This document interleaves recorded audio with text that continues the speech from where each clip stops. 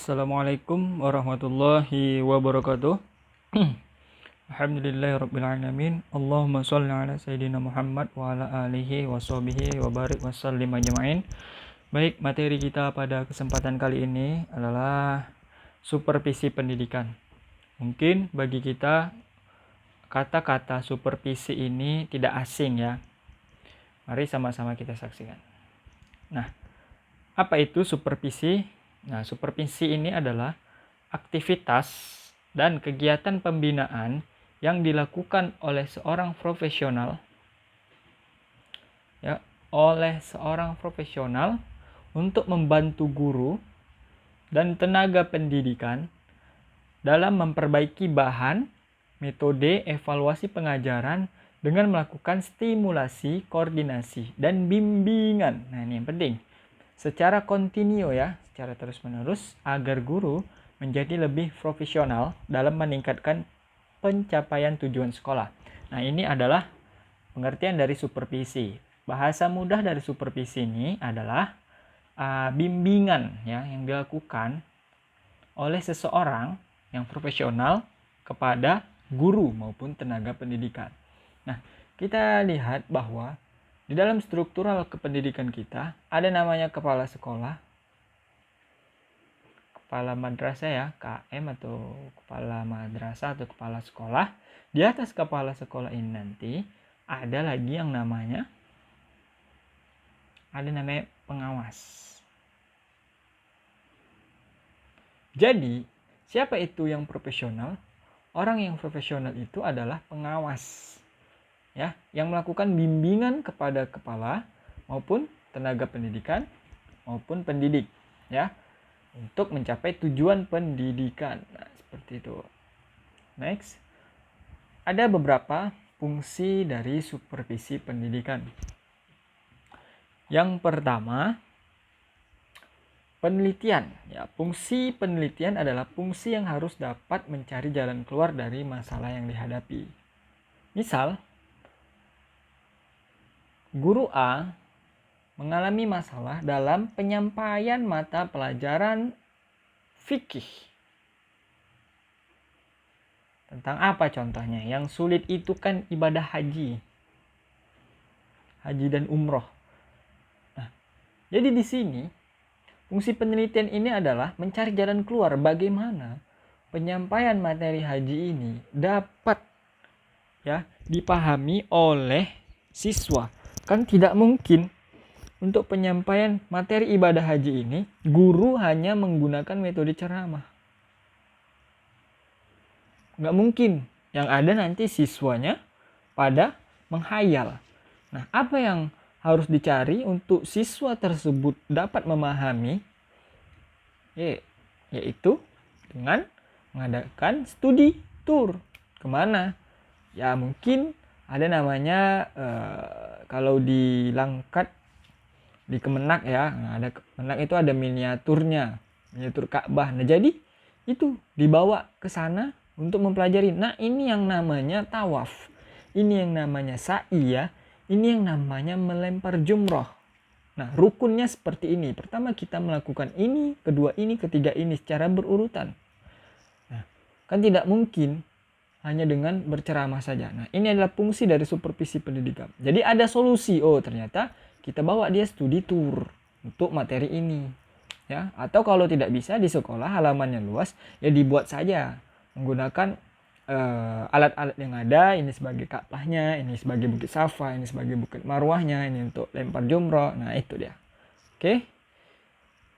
Fungsi yang kedua, ada penilaian. Fungsi penilaian adalah untuk mengukur tingkat kemajuan yang diinginkan. Seberapa besar yang telah dicapai, dan penilaian ini dilakukan dengan cara seperti tes. Tes, penetapan standar penilaian, kemajuan siswa belajar, melihat perkembangan hasil penilaian sekolah, serta prosedur lain yang berorientasi pada peningkatan mutu pendidikan. Nah, bisa ini dari tes.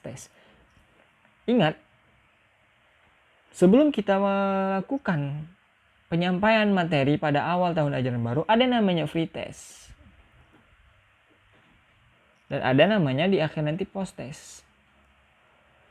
Di free test ini kita buat misalnya 50 soal. Pilihan berganda ya. Dari misal ada 5 bab yang belum mereka pelajari sama sekali kita buat. Nah, mereka akan mengerjakan ini. Berapakah nilai yang mereka dapatkan? Misalnya ada yang dapat 80 udah bagus. Ada yang dapat 30 nggak masalah. Ada yang dapat 10 bahaya nggak apa-apa. Ada yang dapat 100 itu luar biasa. Nah, free test. Setelah kita melakukan free test, baru kita sampaikan materi-materi tersebut ya sesuai dengan hal yang telah diatur dalam RPP ya. Selanjutnya setelah materi berakhir kita adakan post test. Apakah ada perubahan si A? Yang pertama dia dapat nilai 40 di free test. Setelah kita menyampaikan materi secara interaktif, efektif, yang sangat-sangat menyenangkan lah ya. Materi kita sangat luar biasa. Ada nggak perubahan di post test? Oh ternyata dari nilai yang 40 ini dia naik menjadi 95. Berarti kan ada perubahan. Nah itu memang fungsi penilaian. Selanjutnya ada perbaikan.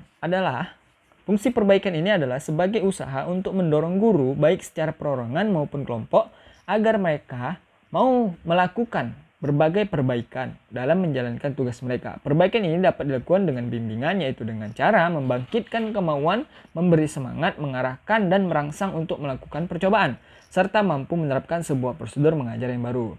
Ya, contoh kalau ada guru A, dia mengajar dengan menggunakan metode itu aja. Nah, apa fungsi dari supervisi ini? Untuk memperbaiki. Berarti kan dia malah menggunakan satu metode saja. Metode ceramah aja. Semua materi dibuat ceramah sehingga siswanya pusing. Adanya supervisi yang dilakukan oleh pengawas maupun kepala sekolah kepada guru tersebut ada perbaikan. Bertambahlah metodenya satu lagi. Bertambah metodenya satu lagi. Jadi ada variasi dalam menyampaikan kegiatan belajar mengajar. Ya, ada variatif. Jadi perbaikan. Bisa dari bimbingan, ya bisa dari memberikan semangat, arahan, ataupun mungkin ada yang belum bisa menggunakan IT. Nah, di sini diarahkan untuk menggunakan IT. Yang selanjutnya ada pembinaan. Fungsi dari pembinaan merupakan salah satu usaha untuk memecahkan masalah yang sedang dihadapi, yaitu dengan melakukan pembinaan atau pelatihan kepada guru-guru tentang cara-cara baru dalam melaksanakan suatu proses pembelajaran. Pembinaan ini dapat dilakukan dengan cara demonstrasi mengajar, workshop, seminar, observe, ya, konferensi individual dan kelompok, serta kunjungan supervisi ya. Nah, ini yang penting, pembinaan. Jadi sudah melakukan keempat yang di atas tadi, perlu adanya pembinaan. Setelah untuk penelitian, penilaian, perbaikan, adanya pembinaan. Ya, biasanya sebelum ajaran baru itu sekolah membuat workshop dulu, workshop K13.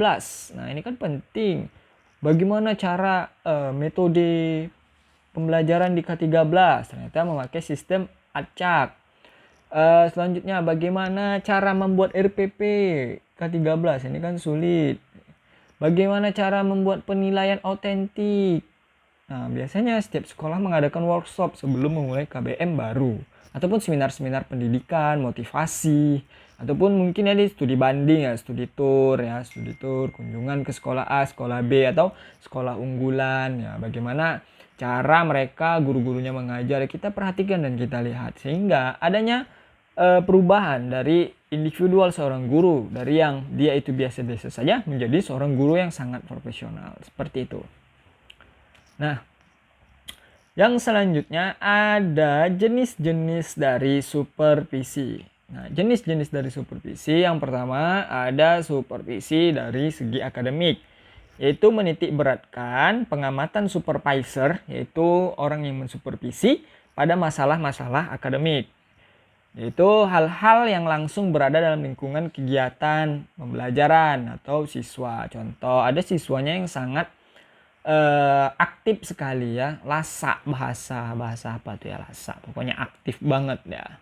Siswanya itu aktif banget ya, tidak bisa duduk. Kerjanya ke sana kemari. Jadi bagaimana solusinya di sini ya? Supervisi pada bidang akademik ini untuk mengatasi masalah-masalah yang ada pada KBM. Oke. Selanjutnya, yang kedua ada supervisi administrasi, ya ini administrasi ya. Yaitu supervisor ini menitik beratkan kepada administrasi yang mendukung sebagai pelancar terlaksananya pembelajaran. Contoh dari segi administrasi adanya raport, itu administrasi enggak? Ada, itu administrasi. Apalagi RPP,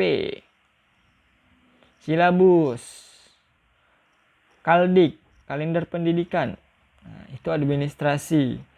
Ya, bisa jadi juga nanti administrasinya dari segi keuangan, ya, beberapa SPP-nya. Pakaian seragamnya itu bagaimana, itu administrasi. Lambang untuk kelas 10, kelas 11, kelas 12 itu sama atau berbeda? Berbeda, itu secara administrasi, ya. Bagaimana siswa dapat naik kelas? Nah, ternyata dia kan harus memenuhi kriteria ketuntasan minimal sehingga siswa tersebut dapat untuk naik kelas. Nah, itu administrasi. Oke, next.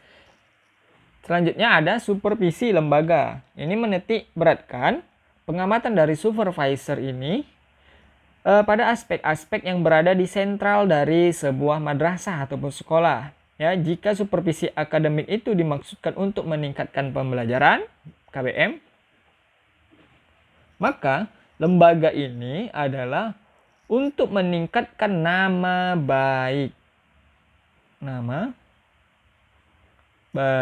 dari sekolah ataupun kinerja dari madrasah tersebut. Contoh, kemarin yang juara 1 lomba MTQ nasional itu dari sekolah A loh, dari pondok pesantren A loh. Nah, jadi ini supervisi lembaga.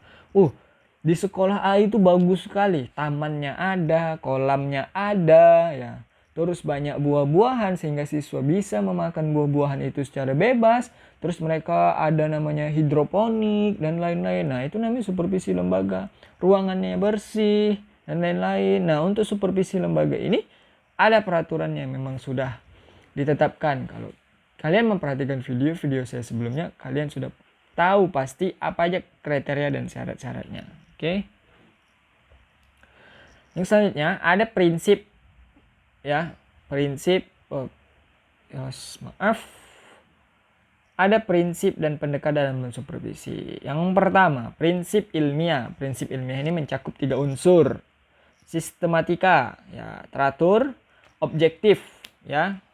Terus menggunakan alat atau instrumen yang dapat memberikan informasi sebagai umpan balik untuk mengadakan penilaian terhadap proses belajar mengajar. Jadi harus ilmiah, nggak boleh subjektif. Misalnya kita nggak suka dengan guru A, kita nggak boleh menilai dia secara subjektif, tapi objektif lah. Walaupun kita nggak suka, kalau dia menggunakan metode pembelajaran yang sangat luar biasa, ya, siswa menarik, tidak ada yang tidur, itu sangat luar biasa. Kita harus menggunakan sistem yang objektif, ya. Terus menggunakan instrumen, ada instrumennya. Contoh ada lampiran sini, kita misalnya guru mengucapkan salam, beri tanda centang kalau misalnya iya, oh iya. Guru mengabsen siswa, beri tanda centang. Guru menyebutkan tujuan pembelajaran sebelum mulai KBM, centang. Guru membaca doa, centang. Nah, itu dia, ada instrumen. Jadi nggak bisa kita melakukan supervisi asal aja masuk tiba-tiba supervisi. Enggak, supervisi juga terjadwal, ada jadwalnya. Bu, hari Senin besok Ibu akan saya supervisi ya. Nah, kita masuk dengan menggunakan instrumen. Kita checklist, siswa bertanya dan guru menanggapi. Ada checklist. Suasana aktif, checklist gitu. Komentar, berikan komentar, yang kurang ini Bu, kelebihan Ibu di sini, yang kurang ini mohon ditingkatkan lagi ya. Nah, seperti itu prinsip secara ilmiah, ya. Yang selanjutnya ada prinsip demokratis, yaitu menjunjung tinggi asas musyawarah, memiliki jiwa kekeluargaan yang kuat, serta sanggup menerima pendapat orang lain. Contoh misalnya ada masukan-masukan dari guru atau dari bawah-bawahan kita, misalnya kita selaku kepala sekolah ada masukan, maka kita harus demokratis, musyawarah, ya, memiliki jiwa kekeluargaan. Kita mau menerima pendapat orang lain, pendapat rekan-rekan kita untuk kemajuan sekolah yang kita pimpin. Yang selanjutnya ada prinsip kooperatif. Seluruh staf dapat bekerja sama mengembangkan usaha bersama dalam menciptakan situasi belajar mengajar yang baik. Ini kata kuncinya, bekerja sama. Jangan pula dalam sebuah lembaga pendidikan, kita guru sebagai panutan terpecah belah. Ada guru ini kelompok guru baru, ini kelompok guru lama, ini kelompok guru baperan, ini kelompok guru yang cerewet, ya. Ini kelompok guru yang naik mobil, ini kelompok guru yang naik ojek. Nah, jadi kita selaku kepala sekolah dapat menyatukan ini. Ya, tidak ada status sosial, stratifikasi sosial ketika kita masuk dalam sebuah lembaga pendidikan. Tinggalkan semua yang ada, kita harus bekerja sama secara kooperatif, tidak ada saling sikut menyikut. Nah, ini yang susah. Kita sebagai pemimpin harus bisa menjaga prinsip kooperatif ini. Ini caranya yang sangat susah sekali. Karena kebanyakan dari lembaga pendidikan terpecah belah. Ya, ada geng-gengnya, geng guru-guru ya. Oke. Selanjutnya, prinsip konstruktif dan kreatif, yaitu membina inisiatif guru serta mendorong untuk aktif menciptakan suasana di mana tiap orang merasa aman dan dapat menggunakan potensi-potensinya. Contoh, ada guru sejarah, dia memberikan masukan, Pak, bagaimana kalau materi saya ini kan tentang museum, bagaimana kalau kita pergi ke museum? Ya silakan. Nah, kita harus konstruktif dan kreatif lah. Kita mendukung guru kita, misalnya guru membuat media pembelajaran dari barang-barang bekas, ya itu luar biasa. Kita harus mendukung mereka untuk menjadi guru yang kreatif. Oke, ini saja materi kita pada hari ini. Sekian dari saya. Wassalamualaikum warahmatullahi wabarakatuh.